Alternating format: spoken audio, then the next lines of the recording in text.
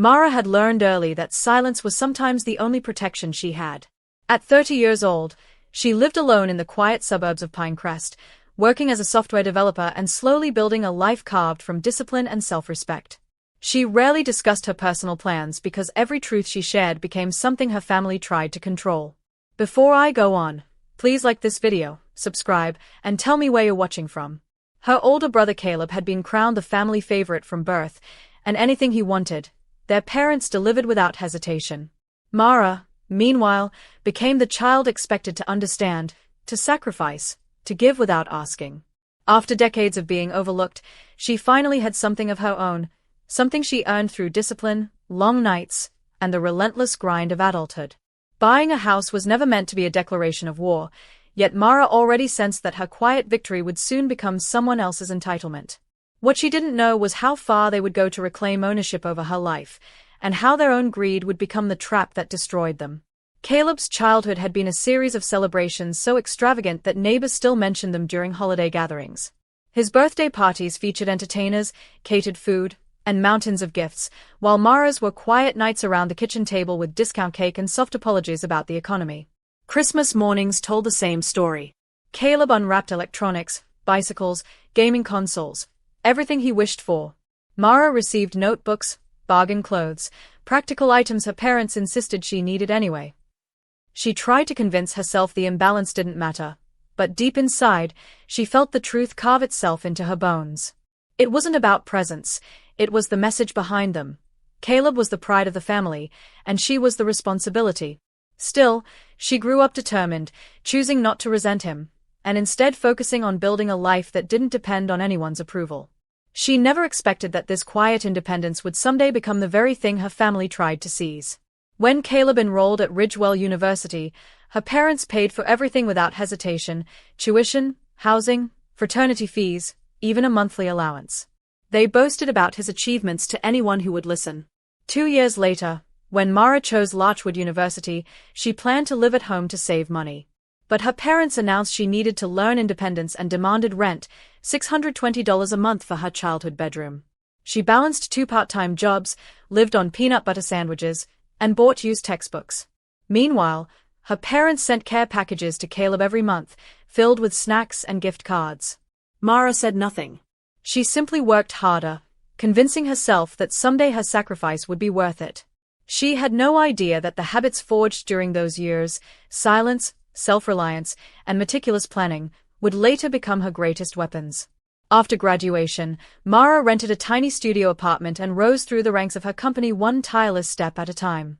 She lived frugally, investing wisely, skipping luxuries, and saving every spare dollar toward one goal: a home of her own. Meanwhile, Caleb floated between jobs, living rent-free with their parents for 3 years. When he finally secured an entry-level marketing position, her parents threw a lavish celebration at an upscale restaurant, praising him between champagne toasts. 2 years later, Mara earned her promotion to senior developer, a milestone she fought for with late nights, extra projects, and relentless discipline. Her parents took her to a cheap diner with plastic menus, and most of the conversation centered on Caleb's plans and Caleb's future. Mara ate quietly, realizing her success would never earn their pride. So she poured her energy into building something no one could take credit for except herself. Caleb eventually married Lena, a charming but irresponsible woman who changed jobs like seasons. Mara watched her parents pay for the wedding, help with a down payment on their apartment, and babysit endlessly once the children arrived: Evan, Maisie, and Rowan. The favoritism was now a generational ritual. Mara stopped attending family gatherings because each one replayed the same script, her parents doting on Caleb's family while she sat in the corner, unnoticed. She decided not to tell anyone she was saving for a house. She already knew their reaction. They would say a single woman didn't need space. They would insist she choose a large house near Caleb so she could help with the kids. So she said nothing. She worked, saved, and planned in silence, waiting for the day she could finally walk into a home that belonged to her alone. The only person who knew pieces of Mara's plan was Cora, a friendly colleague who didn't understand that Mara guarded her personal life for survival. After a long night of work and several glasses of wine, Mara confided that she was house hunting. The next morning, her mother Elaine called. "Cora told me you're buying a house," she said. "You'll need at least 5 bedrooms so Caleb's family can stay comfortably." And it should be close to them. You could babysit more. Mara's stomach tightened. She tried to keep her voice calm. Mom, I'm just looking. Nothing is decided. But Elaine didn't stop. She and Caleb began sending her listings. Huge properties in Brookfield with pools, guest houses, and price tags double her budget. Mara ignored every message, refusing to let panic disrupt the discipline she'd built. Instead, she found a 3-bedroom Cape Cod in Pinecrest. Modest, charming, and perfect for the life she wanted, not the life they demanded. Mara closed on the house quietly and planned to tell her family once it was done, hoping certainty would limit their interference. During Sunday dinner, her mother's eyes sparkled with excitement.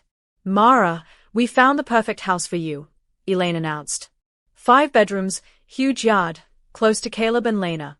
The kids could stay with you all summer. Caleb nodded approvingly, already imagining where his home office would go in a house Mara never asked for. Mara set down her fork. I already bought a house, she said. Silence flooded the room. Even the children stopped moving. A 3-bedroom in Pinecrest. It's perfect for me. Caleb scoffed. 3 bedrooms? Where are we supposed to stay? Mara met his eyes. You're not supposed to stay. The explosion came instantly, her father Richard shouting, her mother crying, Caleb accusing her of betrayal, Lena insisting she think of the children. Mara stood, calm and steady, the first spark of cold quiet revenge igniting beneath her ribs. Family helps each other, she said softly. When have any of you ever helped me? The harassment began the next morning. Lena sent photos of the children in cramped rooms with captions designed to guilt her. Elaine left dozens of voicemails sobbing about family loyalty. Caleb accused her of destroying their parents' health. Relatives she barely knew called to scold her. Then came the public posts, vague messages about selfish relatives abandoning their families. Mara silenced each call and documented everything.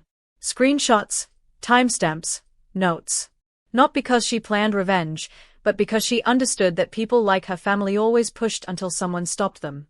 When her Aunt Della appeared on her porch with a Bible and accusations, Mara simply stated the facts. They charged me rent at 18 while Caleb lived free for years. They paid for his college while I worked 2 jobs. They want to use my home like a hotel. Della faltered, unable to defend what she didn't know. Mara closed the door calmly. Her quiet resistance was beginning to chip away at the image her family crafted for themselves, and they didn't realize the damage was self-inflicted. Weeks passed, and Mara allowed herself to believe the storm was fading. Then one Saturday morning, Caleb's SUV pulled into her driveway. Bags, suitcases, and children spilled out of the car. We're staying for the weekend, Caleb announced, already marching toward the house. Lena herded the children forward. We're starving. You should make breakfast. The kids love pancakes. Within minutes, Evan and Maisie were jumping on Mara's couch with muddy shoes while Rowan screamed in frustration. A treasured vase shattered on the floor. Mara stared at the chaos. Get your children under control, she said. And leave. Now. Caleb laughed. Come on, Mara. This is what family does. Lena wiped fake tears, insisting Mara was cruel for turning away innocent children. But Mara didn't break. You invited yourselves, she said. Caleb gathered their bags, furious. You'll regret this. Family remembers these things. Mara cleaned her home afterward. Mud, glass, broken flowers, each sweep of the broom strengthening her resolve. 5 days later, Elaine arrived with a blueberry pie and soft eyes. I'm sorry, she said. We were wrong. Please let me see the house. Against instinct, Mara allowed her in. Elaine admired the floors, the fireplaces, the natural light, her compliments warm and maternal. They shared pie and conversation free of guilt or demands. Mara wanted to believe the apology was sincere. But sincerity was not Elaine's language, control was. 2 hours later, Mara didn't notice Elaine lingering near the hooks where her keys hung. She didn't see the small molding clay wrapped in a napkin inside Elaine's purse. She only felt a cautious hope. 5 days later, that hope shattered. Mara returned from errands to find Caleb and Lena inside her home, unpacking suitcases, clothes hanging in closets, children racing through her rooms. We decided to move in while you were out, Caleb said casually. How did you get in? Mom made casts of your keys, Caleb replied. Her blood ran cold. The visit had never been an apology, it had been preparation. Mara didn't raise her voice. She didn't reach for anything to throw, didn't crumble into panic the way her family expected. She simply pulled out her phone and dialed the police with steady fingers. Caleb's face shifted from confidence to disbelief. "What are you doing?" he demanded. "Calling the cops," she answered, her voice strangely calm. "You're trespassing in my home." Lena began her usual performance, tears swelling instantly, hands cupping her face. "You're calling the police on children," she cried. Mara didn't look at her. The dispatcher answered, and Mara explained the situation: unauthorized occupants, copied keys, refusal to leave. Within minutes, 2 officers arrived. They examined the deed, confirmed Mara as the legal homeowner, and turned to Caleb. "Sir, do you have permission to be here?" Caleb tried to argue family rights, but the officers cut him off. "Having copied keys does not give you legal access. You need to leave immediately." Caleb packed their bags with shaking hands, fury burning through him. As he left, he leaned close to Mara. "This isn't over," he hissed. But Mara only stared back, knowing the moment he walked out that the ground beneath him had already begun to crack. If you're still watching, kindly hit the subscribe button, like this video, and tell me where you're watching from. The officers gave Mara a final warning before they left: change your locks immediately. People who cross boundaries once usually do it again. Mara thanked them, and the next morning a locksmith replaced every lock on the property. But the retaliation came fast. Elaine called Mara's workplace, crying to her boss that her daughter was mentally unstable and needed intervention. Mara's boss, a steady and fair man, spoke to her privately. After listening to the full story, he blocked Elaine's number from the company line and told Mara to take time off if needed. Meanwhile, Lena flooded social media with posts about how Mara had traumatized innocent children by calling the police. People who knew nothing of the truth added their outrage, fueling the fire. Caleb escalated further, showing up at the grocery store, the gym, even outside her job. "You owe us," he growled once, blocking her car. Mara looked at him without fear. "I owe you nothing. Move." That night, she realized silence was no longer enough. She needed legal certainty. She contacted a harassment attorney named Ava Mercer, a woman whose calm voice carried the weight of battle experience. Mara emailed every screenshot, every message, every violation she had documented. Ava replied, "This is textbook harassment. We will put an end to it." Ava drafted formal cease and desist letters and had them delivered to Richard, Elaine, and Caleb. "No more contact," they read. "No more visits, no messages, no harassment, online or otherwise." The letters were direct, legal, and powerful. For the first time, Mara's boundaries had external force behind them. Meanwhile, she created a detailed timeline with every violation, every intrusion, every unnecessary accusation. Her quiet revenge was no longer just emotional, it was now airtight, documented, and legally supported. Then Mara made a calculated decision. She wrote a public post online, not naming anyone, not accusing specific individuals, but stating only the verifiable facts. She had purchased a home after years of saving. Certain relatives expected her to house them, and when she declined, she faced harassment and an attempted occupation with copied keys. The reaction was immediate. Friends and colleagues expressed solidarity. Strangers offered resources. Even distant relatives messaged privately, apologizing for past assumptions. "We didn't know," one cousin wrote. "I'm sorry for judging you." Mara kept her tone calm, factual, unbothered, because the truth already spoke loudly on its own. Her family did not realize that every angry reaction they posted, every attempt to defend themselves, only deepened the hole they were digging. 2 weeks later, a letter arrived from Caleb's attorney threatening to sue Mara for defamation and emotional distress. But the moment Ava read it, she laughed softly. "They don't have a case," she said. "You didn't name anyone, and you can prove everything you said." Ava drafted a response dismantling every accusation point by point. Attached were screenshots proving the harassment, police reports, photographs of damage caused during their visits, and timestamps showing Caleb's repeated appearances at Mara's locations. Ava ended the letter with a firm warning. Any further legal threats will result in immediate counteraction, including a formal harassment lawsuit. The silence that followed was absolute. No more legal threats arrived. No more dramatic posts. No more visits. It was the first time Mara realized that sometimes the strongest revenge wasn't confrontation, it was simply holding a mirror up long enough for someone to see their own decay. For months, Mara lived in peace. She tended her garden in quiet mornings, replanted flowers Caleb's children had destroyed, and built corners of comfort throughout her home, places made only for her. She finished projects at work, took slow walks through Pinecrest, and restored parts of her life that years of family chaos had eroded. Her phone remained silent. No voicemails, no accusations, no pleas disguised as manipulation. She didn't miss any of it. Instead, she discovered something startling. The absence felt like freedom, not loss. She began reading again, cooking meals she'd always been too exhausted to try, and decorating rooms with soft colors that made her feel grounded. The quiet expanded inside her like a breath held for decades finally released.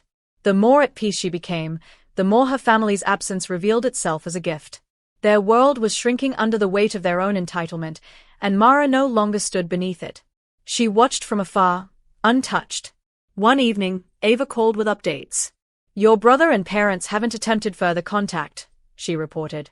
"But from what I can see through their public records, they've been dealing with financial stress." Caleb had been living beyond his means for years, relying heavily on Richard and Elaine's support. When they drained their savings trying to bail him out of poor decisions, their own financial stability collapsed quietly behind them. Mara said nothing, but inside, she recognized the cold symmetry of it. Their downfall had unfolded without her lifting a finger. "Do you want to move forward with any legal action?" Ava asked. Mara paused for a long moment before answering. "No. People who destroy themselves don't need my help." Ava understood. Mara wasn't seeking vengeance. She was observing consequences. Elaine attempted one last reach months later, not through calls or visits but through a carefully crafted online message. It read like a plea. "Mara, your brother is going through a difficult time. The children need stability. If you could offer temporary help, just until things settle, we would all be grateful." The comment section beneath the message erupted with sympathy from people who didn't know the history. But far more voices defended Mara, having read her earlier post or having experienced similar family dynamics. "You're asking the daughter you neglected for decades to fix problems you created," one woman wrote. Another added, "A grown man should provide for his own family. Stop using your daughter as a safety net." Elaine, accustomed to public pity, had miscalculated. Instead of gaining support, she exposed the truth she spent years hiding. Her favoritism hadn't produced a successful son, it had produced entitled dependence. Mara didn't respond. She didn't delete the message. She simply let the comment thread reveal everything they had tried to keep concealed. Caleb's life began unraveling quickly. His employer downsized, and he lost his job. His savings were minimal, his debt high, and the pressure of supporting 3 children strained his marriage to Lena. Their apartment fell behind on payments, and for the first time, Elaine and Richard could no longer cover the shortfall. The family that once boasted of generosity now faced creditors and eviction notices. In desperation, Caleb showed up at Mara's workplace one afternoon, ignoring the cease and desist like a drowning man reaching for the nearest surface. He waited near the parking lot, pacing until Mara approached. "You have to help us," he said, panic tightening every word. "The kids deserve better." Mara's expression didn't soften. "They deserve responsible parents," she replied. Caleb grabbed her arm, frantic. "Please, Mara. Just let us stay with you. Just for a while." She pulled her arm free. No, that single word finally cracked something inside him. He collapsed into himself, not from her refusal, but from the realization that his safety net was gone forever. Mara walked past him without looking back. When eviction finally came, Caleb and Lena tried to move in with Richard and Elaine. But the financial strain had crushed the parents too. Their home was barely manageable, their savings depleted, their retirement postponed. The environment became suffocating, tight spaces, constant arguments, resentment filling every room like fog. Caleb blamed Lena for never holding a stable job. Lena blamed Caleb for losing his. Elaine blamed Richard for enabling Caleb for years. Richard blamed Mara for refusing to step up for family. Yet none of them looked inward. Their downfall wasn't Mara's doing, it was the natural consequence of decades of imbalance, favoritism, and entitlement. They tried once more to reach out to Mara, leaving a single letter in her mailbox. It read, "If you had helped us earlier, none of this would have happened. You abandoned your family." Mara read it once, folded it neatly, and placed it in her documentation folder, not out of fear, but out of clarity. They still believed she existed to serve them. They still hadn't understood that she had walked away. Months later, Mara's life had transformed into something quiet, stable, and deeply her own. She woke early to water her thriving garden, brewed coffee without rushing, and worked in a home office filled with sunlight. She attended yoga classes, made new friends, and even began mentoring junior developers at work. Her peace did not come from punishing her family, it came from outgrowing them. Meanwhile, Caleb's desperation turned inward, fracturing what remained of his marriage. His reputation at work circles suffered due to his public outbursts and online comments. Elaine's social media posts lost traction as relatives pieced together the truth. Richard's temper isolated him from the very people he expected loyalty from. Their downfall was slow but certain, each collapse the direct result of choices they made long before Mara ever said no. And through it all, she never retaliated.